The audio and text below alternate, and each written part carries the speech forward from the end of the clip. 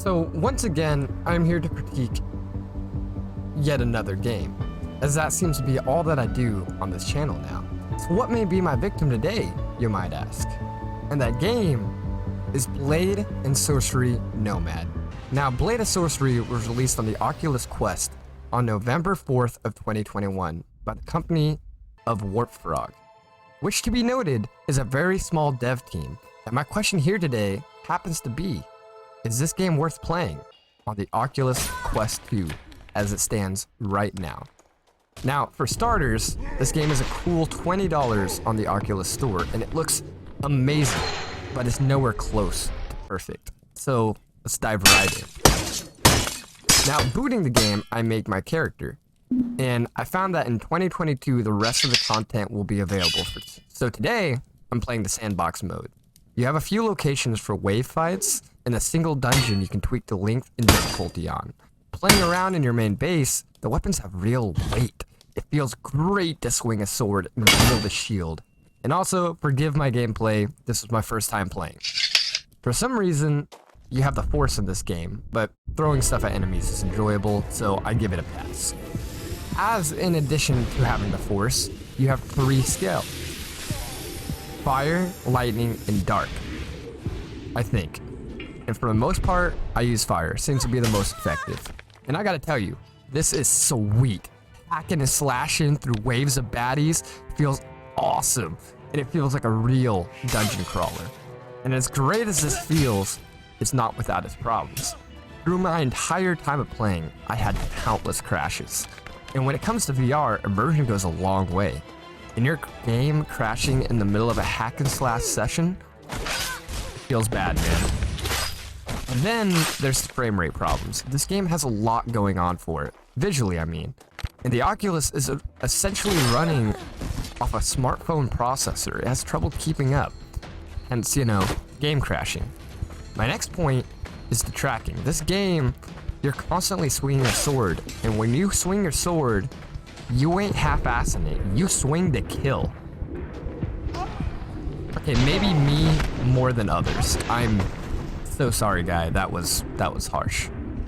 Now, the Oculus has amazing tracking, and it's getting better with every update. But again, this game has trouble keeping up. Sometimes my swings aren't accurate, or I just flat out miss. And don't even get me started on the climbing. Fine, okay, let's talk about the climbing. Truly, I want to like this. I really, really do, but this is awful. After killing this guy, I'm poised with a broken bridge to pass over, and it's simply unpassable. I spend more than what felt like a lifetime trying to pass this till I just gave up and reset the entire dungeon. I couldn't climb the wall, I couldn't climb up that, I couldn't climb up this.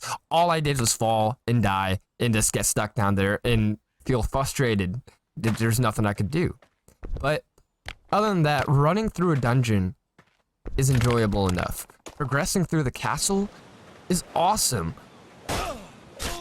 With enemies spread out along the way, sometimes I think this is randomly generated with all the different paths that seem to be open to me. But the climbing sections are 100% the bane of my existence. Very unenjoyable. But when you reach the end of a dungeon, you face a massive wave of enemies, and it's amazing. You feel like a real medieval warrior. And the slowdown mechanics is awesome. Slowing down time to hit a perfect swing or to pull off a sick move is insane. It's exhilarating. And running out of a health potion in the middle of a dungeon run is nerve-wracking, making every hit count. Physically dodging sword swings in real time, like right here, I slowed time to ram my sword in this lady's face, and just to swing back and stab someone else with the sword still in her. It was so cool. And then reaching that end boat is a breath of fresh air. Though, in my opinion, multiplayer would make this game, it would take it so far. So, let's be honest, do I think this game is worth playing? To be honest, it's a hard question. I mean, I surely had fun playing. The one problem that plagues me is the crashing. And again, it happens a lot.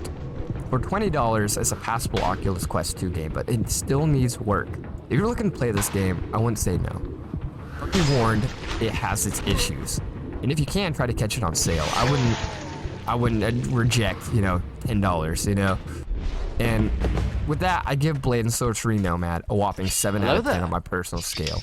If Wartfrog can fix the crashing problem, they have a real gem on their hand.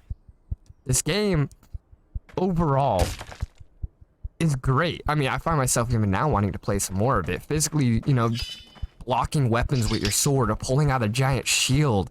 You feel cool. You feel like the medieval warrior you always wanted to be watching Game of Thrones, I recommend buying it, but you have to be aware of the issues that this game has.